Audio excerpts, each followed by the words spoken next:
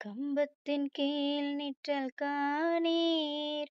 எங்கும் காணரும் வீரர் பெருந்திரள் கூட்டம் நம்பற்குரியரம் வீரர் தங்கள் நல்லுயிரீந்திடும் கொடியினை காப்பீர் தாயின் மணிக்கொடி பாரீர் அதை தாழ்ந்து பணிந்து புகழ்ந்திட வாரீர் தாயின் மணிக்கொடி பாரீர்